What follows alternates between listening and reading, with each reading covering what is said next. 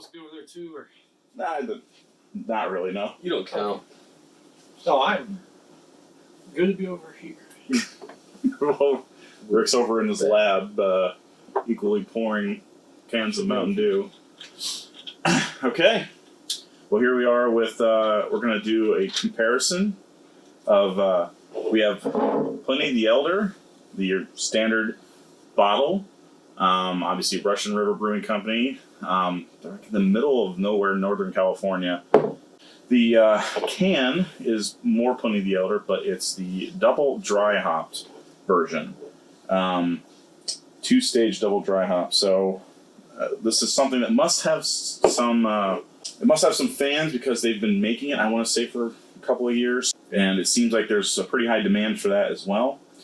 So we're going to just try it out today and get our thoughts recorded on like how they're different or the same, and our overall impressions of them. Anything you want to say there, sir? What? Wide-eyed Cody? I'm just here so I don't get fined. All right. I will say that just on the appearance, like Cody's there is he has this the one's one more yellow. So like the ones that you can the glassware you can tell it looks like the regular Pliny is more translucent. It's just like perfectly translucent, in fact. But the double dry hopped is a little hazy. Can't say that's a huge surprise this day and age. Which one are you having first? Up to you. I'll try the Pliny the Elder first. All right. Cheers.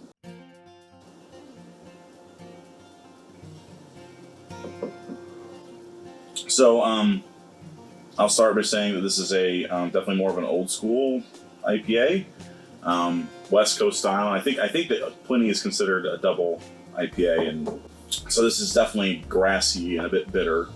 It's an initial impression.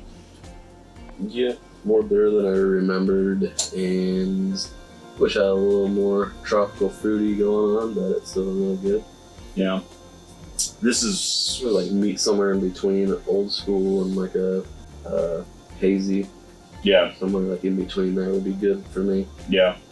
But I think this is probably what your third bottle, I want to say, because I think I've sent you a couple in the past.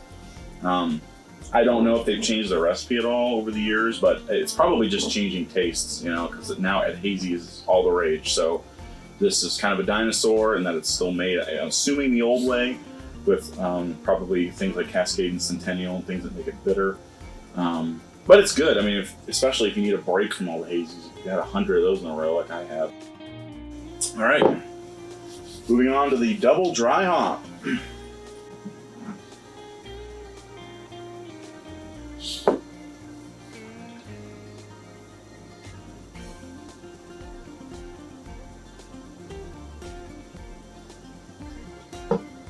That's going to require a second sip. That's our director.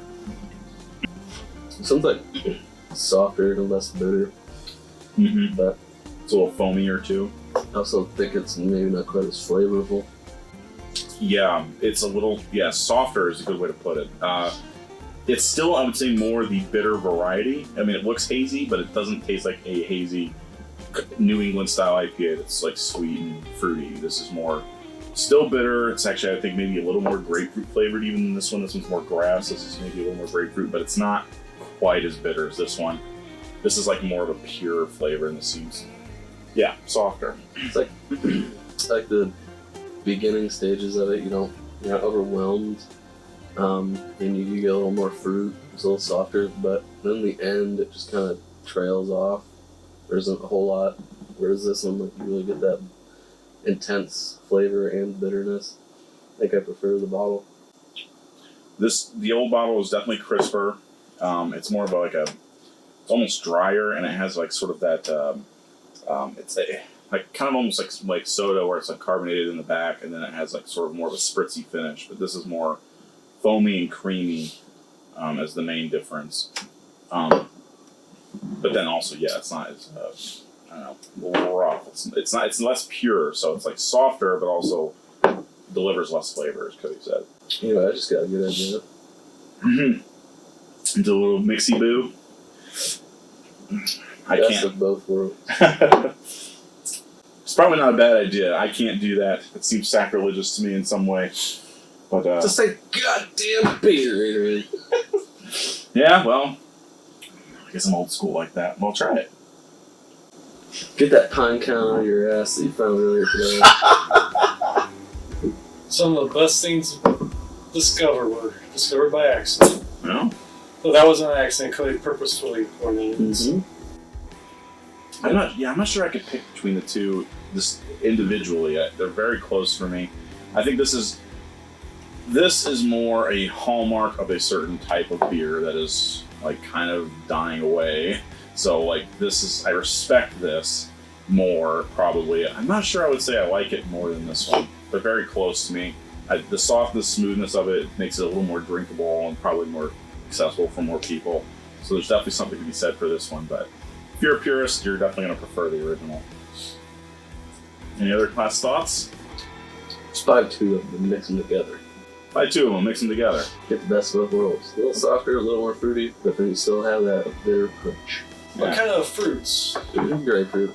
Oh, Very much grapefruit, maybe some lime peel, throw that in there. It's definitely bitter and on the tangy, almost sour end of the range. But It's like newer, like double IPA.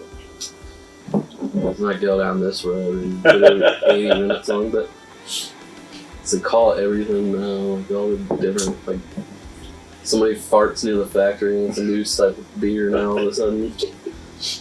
But like double and triple IPAs, not that those haven't been a thing for a long time, but I think a lot of them aren't even that like bitter, you know? yeah, Like, oh, it's a triple IPA. And it's like, like this is almost more bitter than a lot of anything you find that's like a double now. yeah, Probably like half of them at least. definitely. Doubles now are they're double dry hopped or whatever, and they use a specific type of hops to keep them from going bitter, and then they use like alpha acids, and they use pellets and stuff instead of actual hop leaves. So it's like they do everything they can to make it hazy and sweet. These are not those, so Come on in here, Ricky. Come on. Oh, it's special unexpected. guest. make, Oh, who's this guy? This is unexpected. make an appearance, Ricky. Come on back here. Oh, Ricky's not gonna like this. Ricky's Yeah, not yeah. gonna like He's this. a man. He's got hair on his chest. And elsewhere.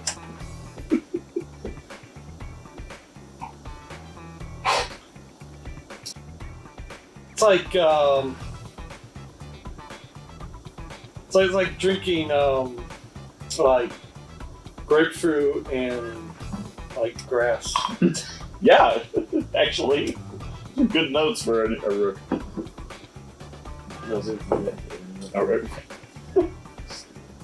Yeah, this one was like the last one I drank, but carbonated. It's more, not as creamy, it's more... crisper. It's like a lot more. It's a little more bitter. Than Yeah. that. Yeah, that's true. I'll agree with that.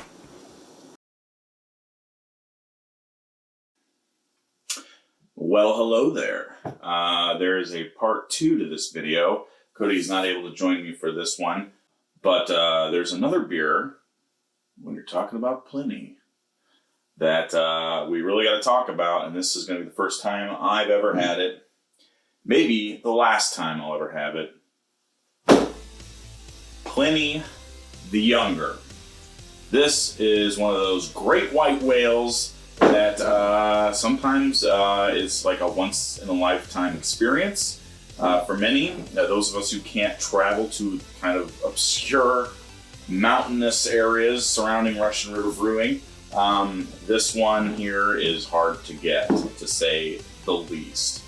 Normally you have to go there at a special seasonal release event, stand in line for hours and hours, like, Treehouse and all those big, celebrity beers. Huge, like, notorious beer that I've only ever seen pictures of, but finally they're selling bottles of it online, no less, because of social distancing. But they decided to make fewer cases of it than they ever did before, and they also decided to sell it online, interstate and internationally. for some reason, we're gonna increase the market 1,000-fold and decrease supply 100-fold. For some reason.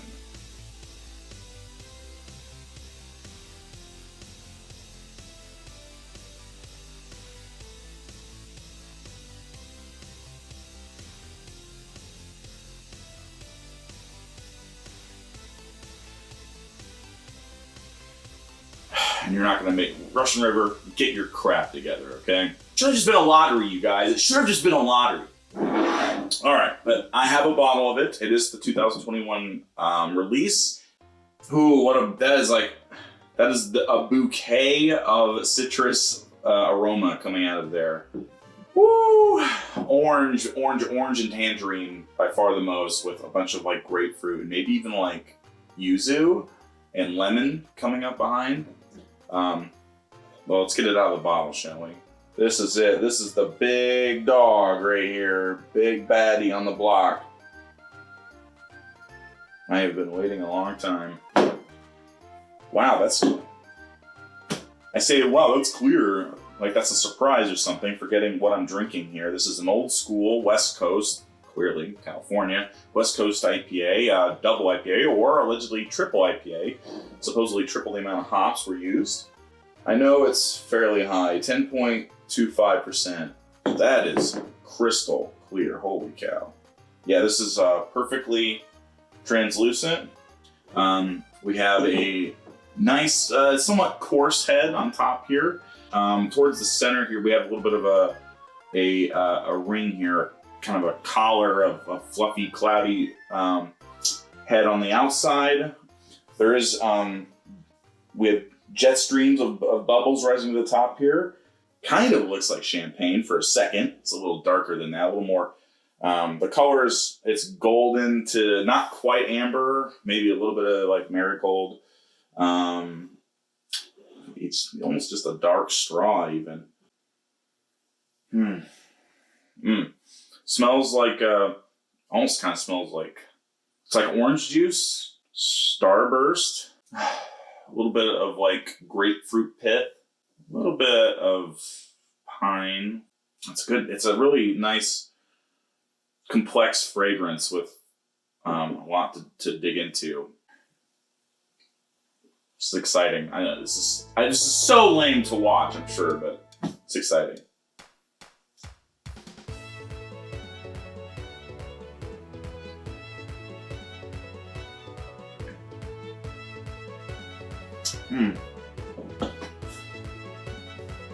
Oh, it's pretty good.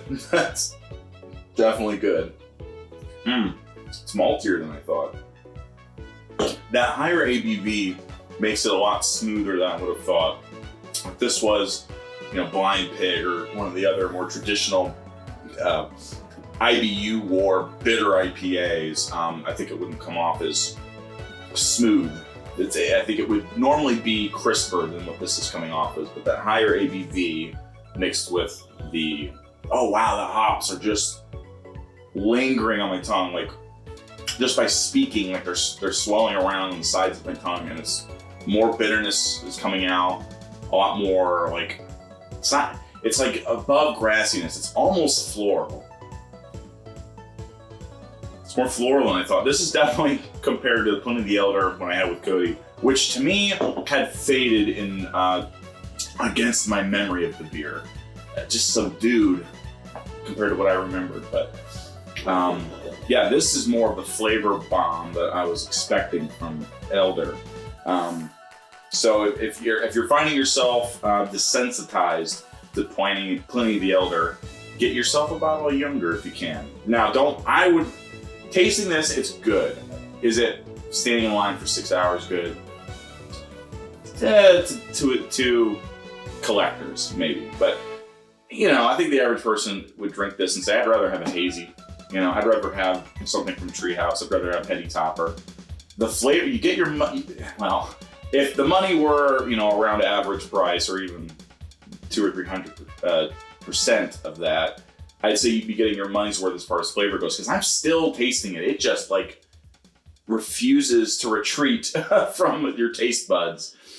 Oh wow, yeah, and it's weird. I smell like like cherry candy, like a Jolly Rancher or something. It's giving it that sugary Starburst smell that I mentioned before. It's weird. So you don't taste it. Now I'm tempted to say that this brew actually does feature some notes of lychee, a little bit of which I would describe as somewhere kind of between like peach and maybe pear kind of flavor. And that could be what explains all of these candy notes that I'm noticing, that Jolly Ranchers and Starburst. The bottle does list lychee on the back. It also lists stone fruit. I wouldn't quite go so far as to say anything like, peach or fig or plum, any of those traditional stone fruits. It's definitely more citrus focused, but that candy aroma at the very least, and a little bit of that extra sweetness could come from that. Watching storm clouds roll in. Wow. Geez, yeah, it's gonna storm. Thankfully, it's not yet another grapefruit flavored IPA. This to me is more like fresh orange that's maybe just a little bit sour. There is citrus peel in there. I want to say it's more like lemon. It's not that grapefruit peel is like really harsh. Lemon peel is a little softer to me. So it's tangy and maybe a little bit of tangerine, and it's a bit of a splitting hair there, but it's got a full range of that orange flavor. It's not just one aspect of it. And then that bitterness comes in, you get a little bit of that lemon peel, and then you get that residual bitterness that sticks around, and that's where the grapefruit, I think, hits. Because it has that pithiness of grapefruit. If you're someone like me that I just buy bags of grapefruit and I just eat it, it's really familiar. It's really changing the flavor of my breath and everything. It's just like, if you could see an infrared right now, you'd see the fumes of this beer coming back out. It's moderately dry. It's kind of in between. And like I said, that maltiness gives it kind of a bit more body. Almost like, it's like, I don't know, caramel malt. Got a good mouthfeel to it. Whew. I am burning through this one quick, a lot quicker than I really wanted to. Let's give it some heavier. Okay. Yeah, this is a gorgeous looking beer. Golden like the trophy that it is. I think this is a pretty complete, well-rounded experience. I'm really enjoying this, and I don't think that's it's just a psychological statement.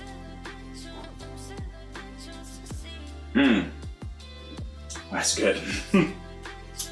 There's a little bit of a graininess to it. I dare say it's something like, I don't know, if you ever had like, it's like kiwi, where there's a little bit more density to it.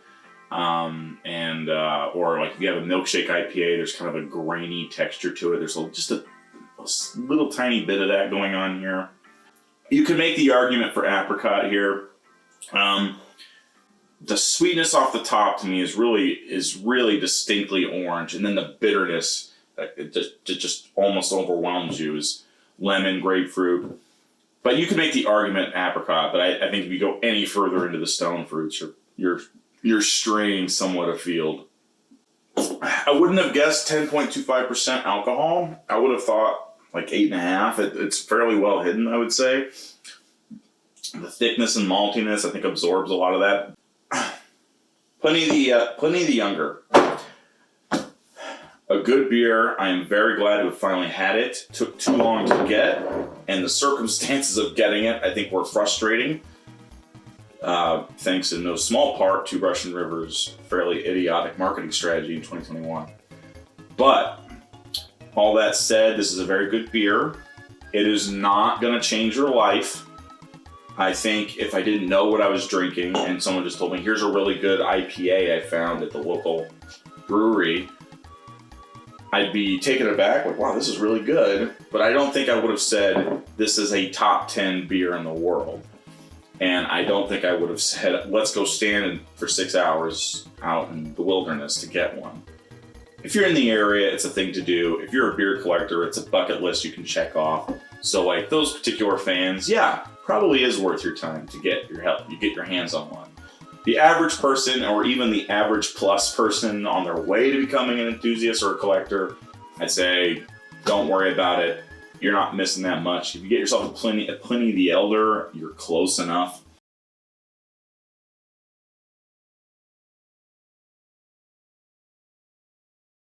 And there are plenty of good IPAs out there. There's, whatever. There's Hop Slam, Optimum, Dreadnought. I personally think I probably prefer Dreadnought. There's plenty of stuff that's fairly available.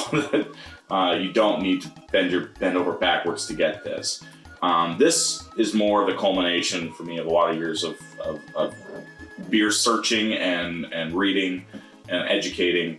So it's more satisfying to say, okay, finally got that done. Also, pretty dang good beer. So if you like old school IPAs that are maybe pushing that boundary a little bit of what an old school IPA is, just a little, master crafted experience that probably is a little overrated if we're being fair. It's like, how many points did it get just for being hard to get? And the people who obtained it, like me, are just tickled that they finally acquired one. So I'm gonna rate this. Yeah, I completed the journey. Despite all that, good solid beer. And if I had to give it a rating, I think I would give it, for me, a 93 out of 100. It's fairly high for me. I don't think I've ever given out 100, or I don't think I've even given anything over a 95. So that's pretty high, but at the same time, there's a lot of room there for improvement. Yeah, I guess that's everything there is to say in the world about this beer. Thanks for joining me. All right.